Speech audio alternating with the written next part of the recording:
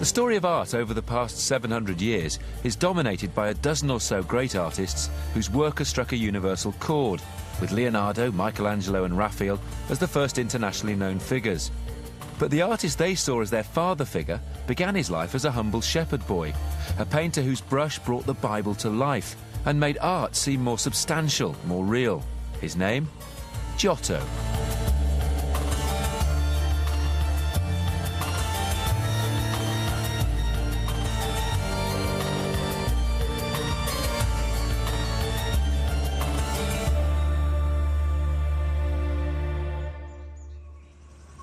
For many, the story of Western art starts here. In 1267, Giotto di Bondone was born in Colle di Vespigiano, a remote hamlet in the heart of the Tuscan countryside. His father was a local shepherd, so as soon as he was old enough, the young Giotto joined him tending the family's sheep. The beginnings of Giotto's transformation from shepherd boy to one of the most famous artists in Western history is shrouded in mystery. But the most popular story says that Cimabue, the most famous Florentine artist of the day, was wandering here in the hills and he saw the young shepherd boy sketching sheep on a flat rock. Subsequently, he persuaded Giotto's father to let the boy come to Florence to train in his workshop.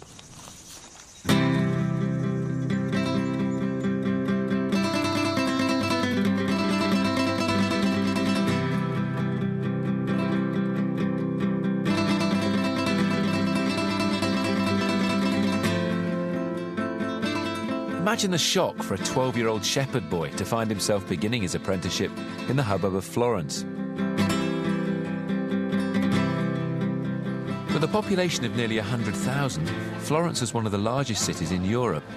It was 4 times the size of London.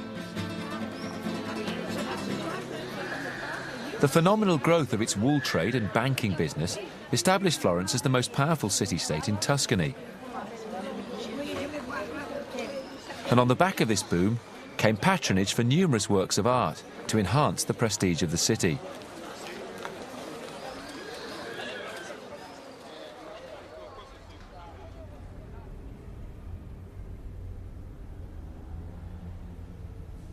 Giotto's master, Cimabue, was the most celebrated painter of his day. His work is spiritually moving, but remote. His figures seem two-dimensional and static.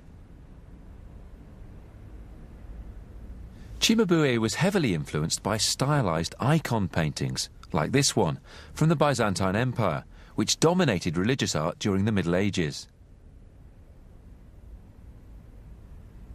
Giotto's training probably lasted over 10 years. His first tasks would have been to grind pigments for paints or make frames for altarpieces.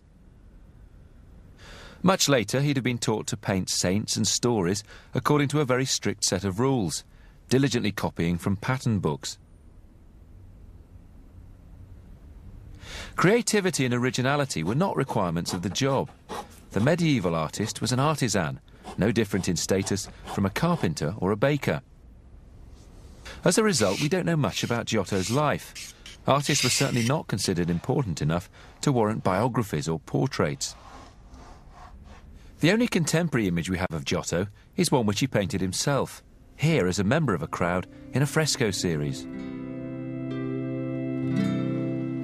What we do know, though, is that Giotto was born into a profoundly changing world, where the traditional attitudes to art, literature, and even religion were gradually being broken down. It's a little surprising to discover that probably the most potent place for Christianity and religious art in the 13th century was here in Assisi, the little hill town in Umbria that was the home of St. Francis, who preached a new Christian message that empowered the poor. And when he died here in 1226, within 2 years, the monastic order that he'd founded began to build a monastery with a basilica rearing up dramatically like a fortress out of the hillside. And towards the end of the century, the crowning glory, the upper church, this was the public place, and it needed decorating. So, the greatest artist of the region was invited, Cimabue, along with his workshop, around 1277. And 10 years later, the young Giotto arrived. The Franciscan complex here in Assisi is not just a great centre for Christianity. It was an artistic workshop, and any artist worth his salt came from far and wide to try and get work here. In fact, there were workshops from Rome and Florence and from the local regions, all vying with each other for domination. There's an edge of competition, there's a sense of tension, of each image trying to outdo the previous one. And so what we get is a great monument to Western art that survived for 700 years. But there's also a problem. Over the centuries, a debate has raged among art historians about who exactly did what. We know that Cimabue painted the apse and transepts and some of the ceiling. What we're not so sure about is the most prestigious commission, the 28 frescoes that roll all the way around the lower walls, telling the life of St. Francis himself. Now, Italian art historians, from the great Giorgio Vasari onwards, say this is Giotto. Others, though, are not so sure. Ultimately, it's a debate that can't be resolved. But one thing is certain. The main lessons and ideas that emerge from this cycle are those developed and pushed by Giotto for the rest of his career. And so I'm sure that he had some involvement.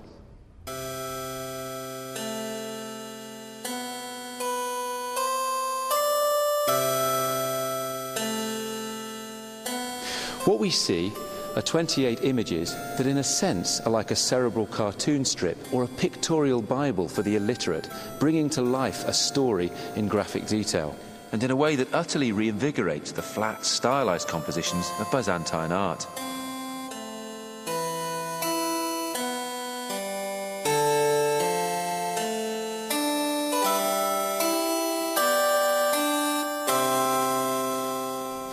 The great strong idea from Giotto is the idea of space, and here it is writ large in each one of these images, where the artist paints a sense of a window, a classical window. So it's as if we're looking into another space, another world. Also, inside the images themselves, he paints architectural constructions to give the figures a sense of existing in real space. This anticipates the great development of perspective in the Renaissance, although it's a little bit flatter here. The most stunning example of all this is in the very first image, where we see a Roman temple, the Temple of Minerva, actually here in Assisi. The realistic treatment of human figures, expressions, and in particular of tangible spaces, were significant developments in art and were to become a distinctive feature of Giotto's painting.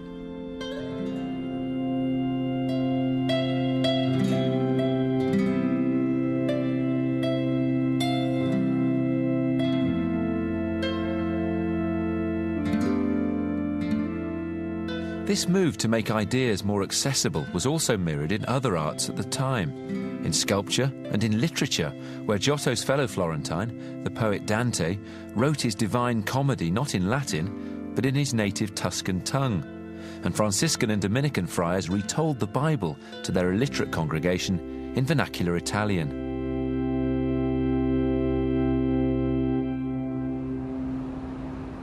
Giotto's fame began to spread. In 1300, he was summoned to Rome by the Pope, Boniface VIII. He produced a mosaic over the entrance to the old St. Peter's and decorated the balcony of the Lateran Palace. Today, they only survive as copies. These high-profile commissions were good for Giotto's career. They made him quite rich, as well as well known to other potential patrons. Still only in his early 30s, Giotto returned home to Florence and set up his own workshop. He continued to experiment, using the latest techniques in fresco painting. Instead of working on dry plaster, as his master Cimabue had done, Giotto would apply wet plaster in small areas and put on the image quickly as it dried. This allowed for much richer colours and was more durable. It also meant that the artist had to work at double the speed. Giotto's big opportunity to use this technique came in 1303, when he was summoned to Padua to decorate the small family chapel of a wealthy businessman. It was a commission which would establish Giotto's reputation over the next 7 centuries.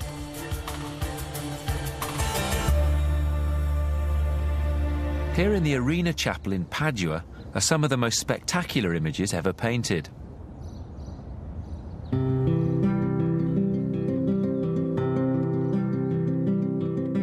Incontrovertibly by Giotto, they're an extraordinarily ambitious cycle of 38 frescoes, which run around the entire interior of the building. At the top are scenes from the life of the Virgin and her parents, Joachim and Anne, and below them are scenes from Christ's life and death. Giotto's emphasis is on storytelling. His paintings are human dramas. His settings have a believable feel.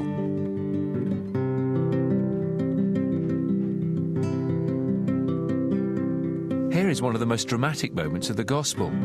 It shows the split second after Judas has betrayed Christ with a kiss. Soldiers have already surrounded Christ, and amidst the chaos, Giotto's brilliant composition focuses all our attention on the central image of two men embracing. But what Giotto does is imbue the figure of Christ with a real sense of emotion, a real sense of passion. There's a panel just to the right of the crucifixion where Christ lies in the arms of his mother. He's dead. His mother has a sense of real loss on her face. Likewise, the figures that surround it convey a real sense of drama. And suddenly it becomes clear that raw emotion and the real essence of a story in the Bible can be brought to life through painting.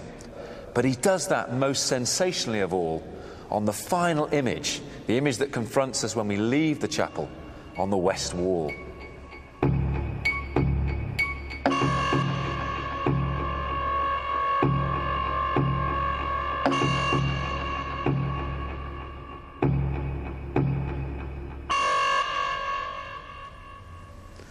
This is Giotto's Last Judgment.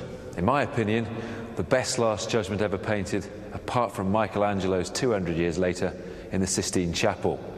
At the centre is Christ, throned in splendour, passing judgment. Above him, two figures are peeling back the firmament to reveal a sparkling New Jerusalem. Giotto's drawing our attention to the actual process of painting as an illusion, but he's also suggesting, through these visual sleights of hand, that it might just be real. Christ himself is flanked by angelic choirs and the 12 apostles, but beneath him, and acting as the dividing line between heaven and hell, is the central symbol of Christianity, the cross. To the left lies redemption, layer upon layer of the Christian great and good, the devout from down the ages, from saints and kings, to a mere artist down on the lowest level, Giotto himself, wearing a rather jaunty hat. And in the foreground we see the man responsible for this whole chapel, Enrico Scriveni, giving his chapel to the Virgin Mary. But why? Well, his father was a moneylender, a vice in the eyes of the church, and Enrico himself was probably a usurer too. So this building was perhaps an act of atonement for the sins of his family. But things get really interesting, really dramatic, and really traumatic to the right of the cross. Because here is hell, where 4 tongues of flames suck nude figures down into hell. This is the descent into depravity, where figures are pulled apart, they're falling, they're being raped, they're being violated by demons, and here, with this massive image of Satan, they're being devoured and excreted in a vicious cycle.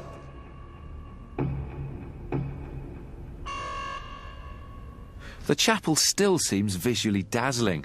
In the 14th century, it must have seemed staggering. There were critics, of course, monks from a neighbouring monastery, who claimed that it was too ornate a display of wealth, particularly for a private commission. But this was perhaps just a fit of jealousy, because by all other accounts, people flocked to see it in their droves, a religious spectacle created by the new wunderkind of Italian art.